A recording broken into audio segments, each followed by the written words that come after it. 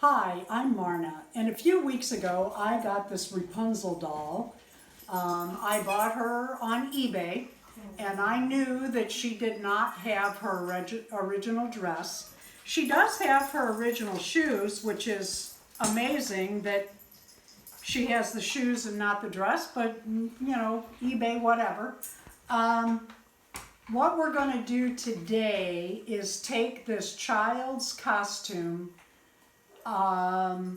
and see if we can make it into a better fitting dress for Rapunzel. And first I want to show you how it looks. It's pinned up here. It's got some velcro I'm going to pull off there. It's got these hoops in it that are going to come out straight away. First thing I'm going to do is take this out of the front, and we're going to go from there.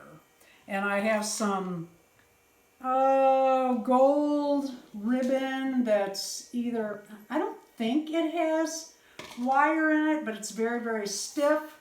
And we're going to see if we can redo a corset here. I don't like this big bow, so we're going to put a smaller bow or something there. I don't know just what yet. And then maybe we will try ironing this. Kind of scary, but we'll try it. Don't know what I'm doing here yet. It is ripped, but I'm not sure I want to do much of anything to make it lopsided. I might just trim it and leave it because she stands up in the living room and nobody looks that close. First thing we're going to do is make a tiny, tiny hole and pull this wire out. I'm sure it was a real cute little hoop for some little, oh, it's not even wire. It's like, I don't know, plastic, hard plastic. So I'm not even sure you could get that back into shape, but I don't care because I don't want it anyway. Then the next thing we're going to do is take it over to the sewing machine. And what I'm going to do is I'm going to turn this inside out. And the first thing I'm going to do is take the front out. And what I'm going to do is I'm going to go right along where these two pieces are together. Let's take that bow off to go. Take it out. It's nice to begin with, and then we'll tear it up later. Okay, all I've done so far is take the front end. Yes, there's this little, we're gonna address that in a little bit. But it's already looking better. Now, in the back, if you look, I'm gonna put her hands in front of her face here. In the back, it has Velcro, but got kind of a mess here. So what I'm gonna do is I'm gonna cut this Velcro, and I'm going to fold this under. I'm an adult collector, and I try to do things so that any other just starting out adult collector or someone that is new to crafts can participate and also enjoy. If I took this all apart and did this and did that, that would discourage people. So what I try to do is do my crafts as easy as possible so that anybody could mimic this. This dress came with her, but I have seen children's costumes all through the year at garage sales and thrift stores. So you can look there, like if you have a Elsa doll without her costume, look around at garage sales, thrift stores, all those kind of places. You might find one.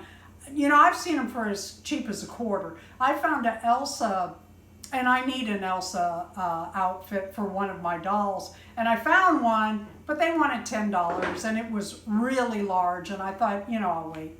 Okay, so that's what we're going to do. The next thing we're going to do is one piece of Velcro, because I will just fold that and tuck it when I stand her up, and then we're going to take in the sides. Okay, front seam is in. I am leaving the extra fabric for right now. I might just leave it. Now what I want to do is fit this for her figure. And so I want this, stand up girl, I want this, get her standing a little better. Got one foot behind her, that's what happened.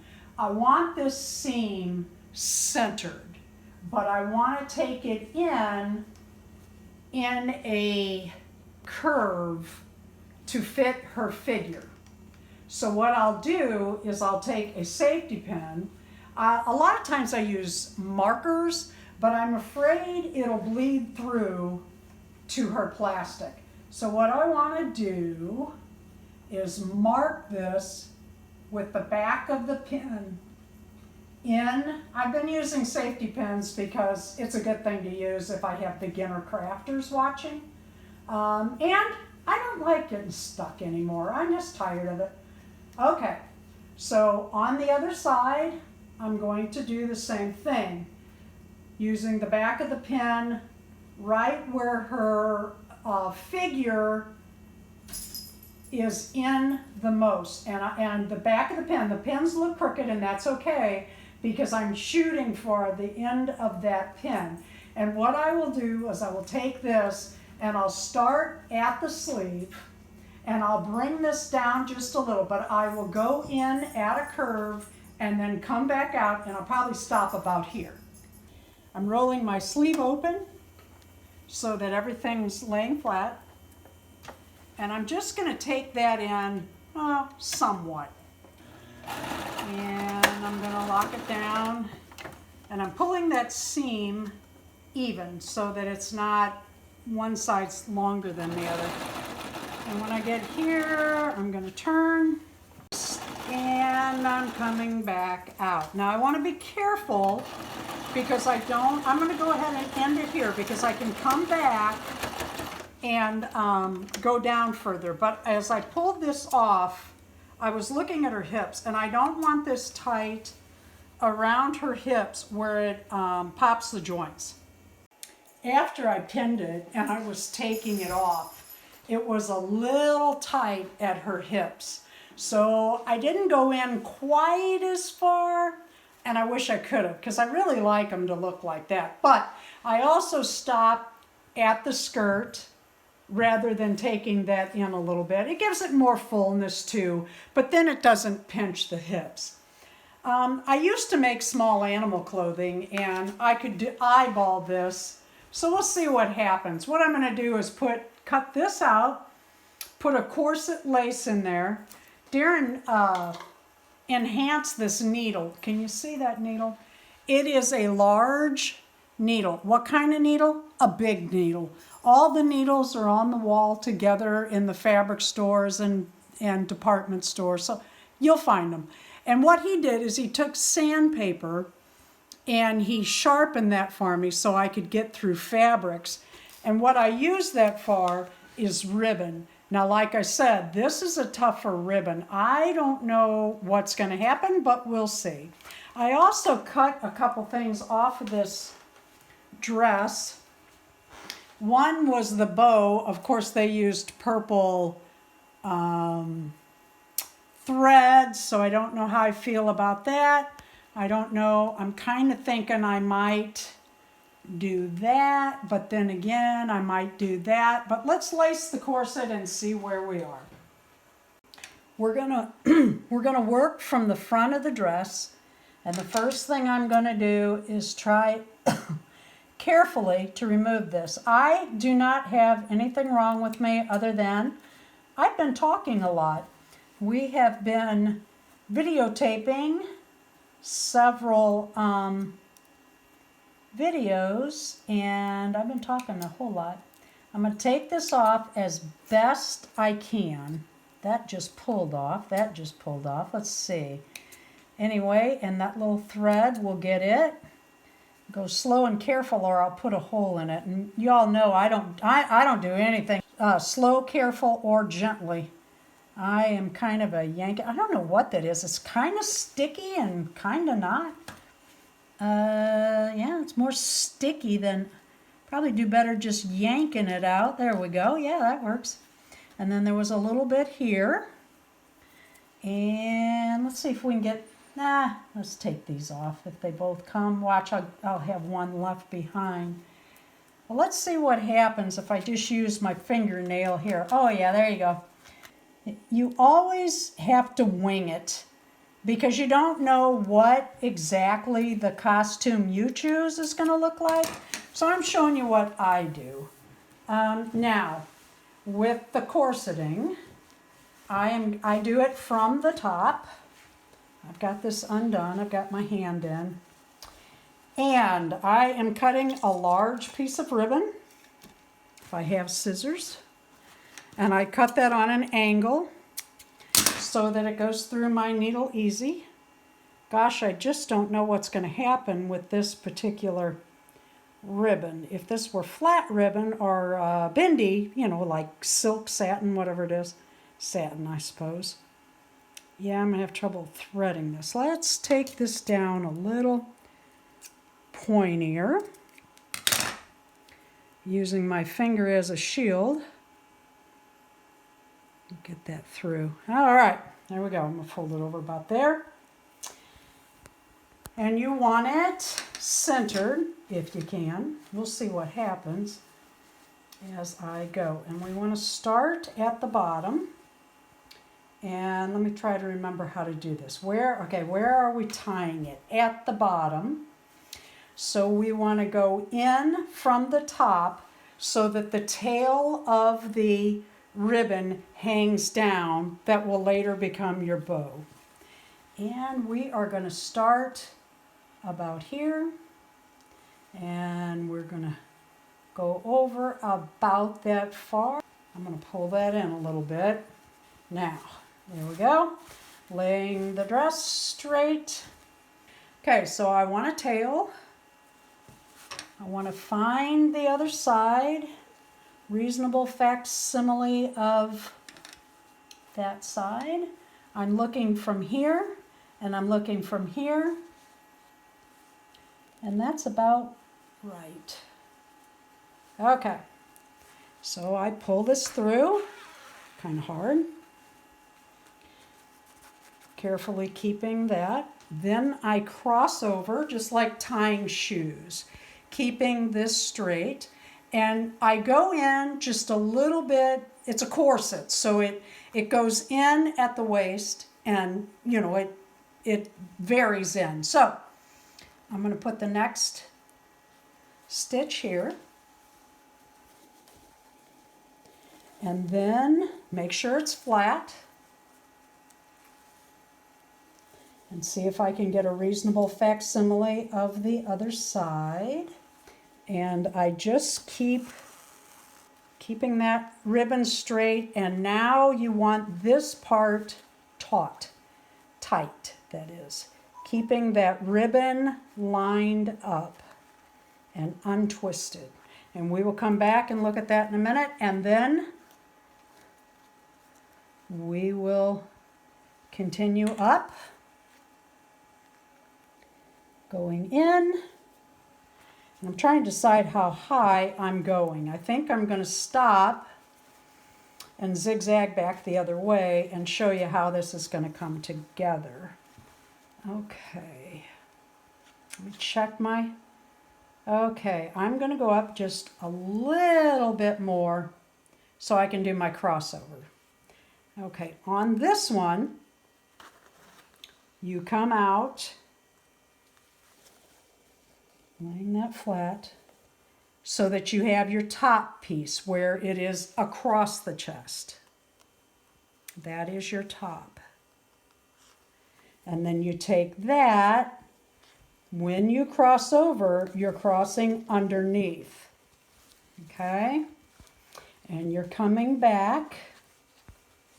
Let's see. Oh, I got to come up here. Right here, making it even with that one. Or reasonable facsimile. Pulling this through. And then you can see we're going to start crossing on the way down. We'll come close to this, but not the same hole. Okay, I'm having trouble getting this through. We had to stop the camera because I'm trying to be careful and I'm trying to keep this ribbon flat. And because of the type of ribbon it is, I'm really having a little trouble with it. Okay, then underneath you will take and you'll come up over here so that it is a reasonable facsimile of evenness. And, oh, it's getting tight. Let me pull that taut and pull this in a little bit. Getting that corset look is what we're doing. Okay, and then on the last one, so you really have to play with your ribbon to lay it flat. My dog thinks she hears something. I swear my dogs are quiet most of the day, and then we get the camera going, and guess what? Okay, you're coming up right next to that tie there. And you're pulling through underneath. I'm trying to be really careful. And then you're coming over here right next to this lace, just underneath it. And you're pulling in. Now, this is when you pull your needle out. Turn this around so I can see it better. And you have to pull this even. You see your little lace for your corset, and this is going to be hard to tie. Look at that, there's still a little tag on that from when they bought it. Or there was something hanging there. And I am going to tie this off. And then after I get it on her, I will straighten it around again. But let me show you how it looks. When you tie, you have to keep your ribbon straight so that it's not twisted. And then you tie a big bow and you pull down, and I did it upside down. If you tie a bow upside down, then it hangs right. So you want to do it with the dress. That's why your mother stood behind you when you were a kid tying your bows, so that they would lay flat.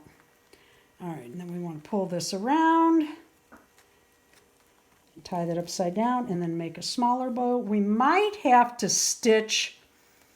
put a stitch through the knot to hold it, because this is not the right ribbon, it's what I had. All right, then we're going to trim down here and look at it. I'm going to leave that alone. If I go to stitch that, it's going to make it uneven, and it's just not going to look right, and no one is going to see it that close. These two pieces came off this dress, and I'm looking at them thinking, I don't like that at all. But do I want to reuse them? I don't know. I'm going to think about that for a minute. Okay, so we have this to address, which is kind of scary because if you iron this, sometimes it'll melt. So you have to use a very low iron. I don't like low irons. I like to do things hot and fast. So we're going to give this a go. I have a towel, bath towel, double folded on my counter. My iron is on a low setting, and I got out one of my cloth napkins that I'm going to lay over this as we go. So let's push everything back, and I hope this gold doesn't come off on the towel. That's always a possibility too. Let's give it a go. Little by little and slowly, I guess, is the way to go with this today. And I have to double check to make sure it's flat. Let's see what happens. Is that, I don't even feel like that's warm.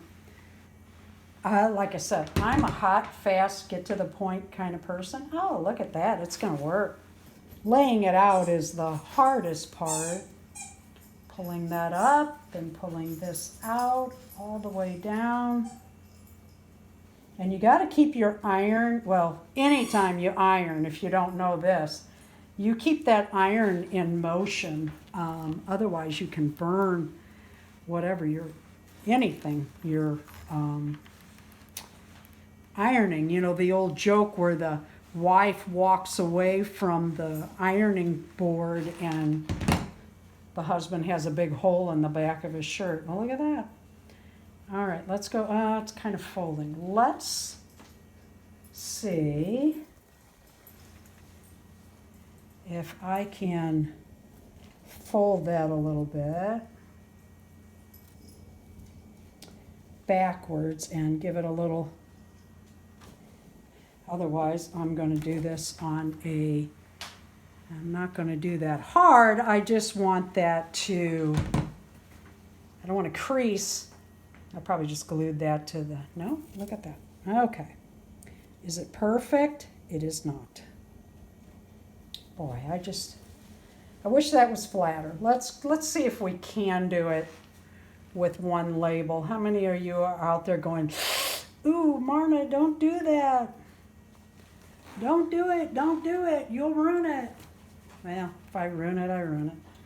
Here we go. Oh, oh, oh. And back down. And so far, so good. Let's do the other side. This is what we have so far. I wish I had done this a little higher, but it is what it is. When you sew gold, I'm thinking about sewing this here behind that other and having, I don't know, trying to put that bow here with this hanging down. And I'm thinking about putting this here. The rule of thumb, when you're sewing silver, metallic silver or any silver, if you don't have silver thread or if you don't have gold thread, the rule of thumb is silver you use white thread and gold you use tan. So let me do a little hand sewing and I'll show you how she looks. I sewed the little trinket on and I went ahead and put this on because I'm not pleased with how that's laying. That should be laying more flat. It's okay.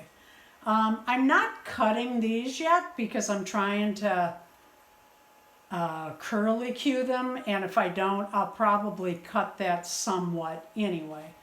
Otherwise though, I think she's looking better than she was before. Wish this was a little flatter. Let me show you all the way around, and keep in mind this was a child's larger costume, Rapunzel costume, that we took down for a doll that wears a 0 to 3 month size. So all in all, I'm pleased. I had a request from a viewer to see my My Size princesses and Barbies in their original clothing. I'm hoping to do that one day next week. Thank you for watching. Please leave a like, a comment, don't be mean, and subscribe.